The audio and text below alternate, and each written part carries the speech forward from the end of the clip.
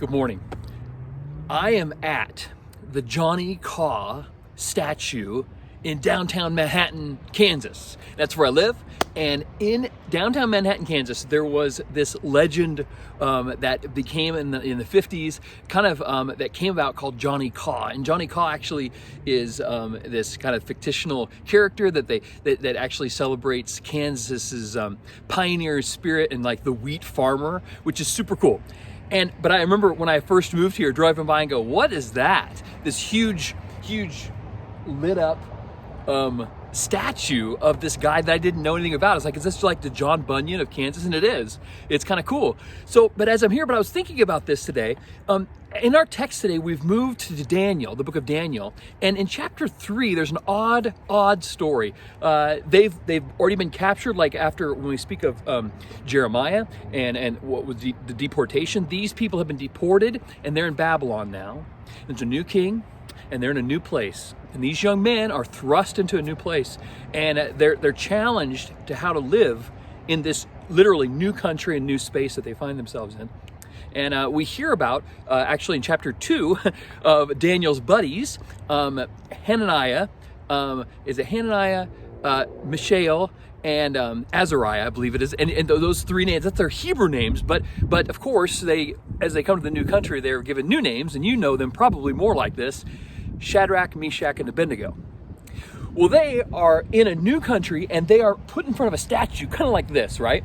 And they are supposedly forced, when the music is playing, all the people in the whole gather and they say, we want you to bow down to this golden image of the king Nebuchadnezzar. And everybody goes down and they're standing. They're like, no.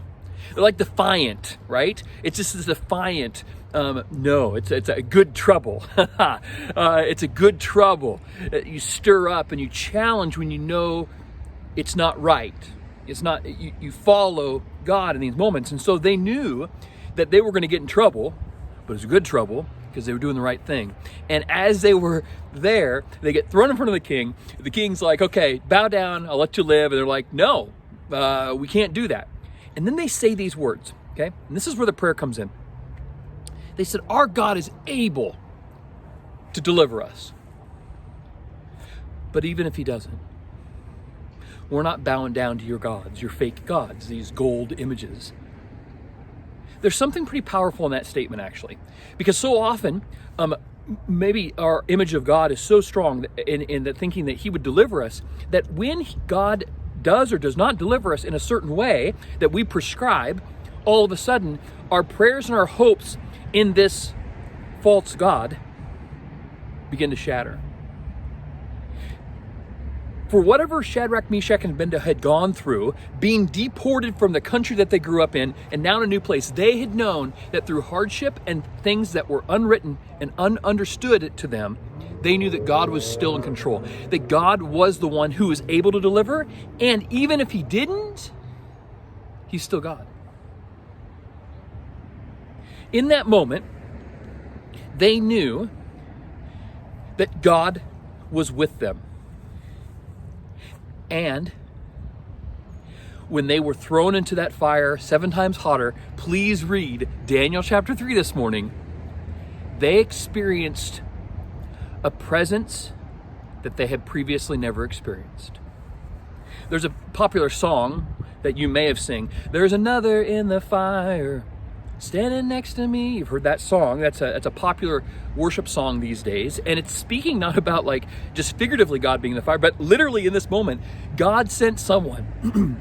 I don't like to frame it as Jesus. Jesus, I think, entered the world, incarnation at birth, but Jesus is present in the world, right? But not, and so that figure is a presence, a God's messenger, someone being there, like the Son of God's, that was there in the fire with them.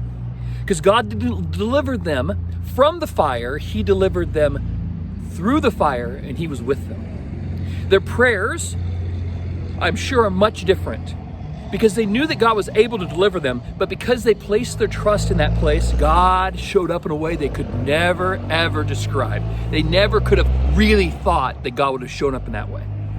And my prayer is today, as you read through Daniel 3, that you would be really aware, I would be aware, that we would be aware this morning that God is with us in a way that sometimes comes about through very adverse situations. And in those moments when we're called to say yes to God, when we're called to lean into what we know of God's character, God then, I believe, has the opportunity to step on the stage and reveal not only us, but everyone else around, that he is truly with us, and he is in the fire with us, and will save us through the fire. I don't know how that lands for you today. My hope is that as we pray and open our hearts to God, that you would meet him. And again, I would encourage you to read Daniel 3 and just ask God, has there been fires he's been with you in? Are there fires now that you're in with God? He is faithful. He'll be with us. We'll see you tomorrow morning.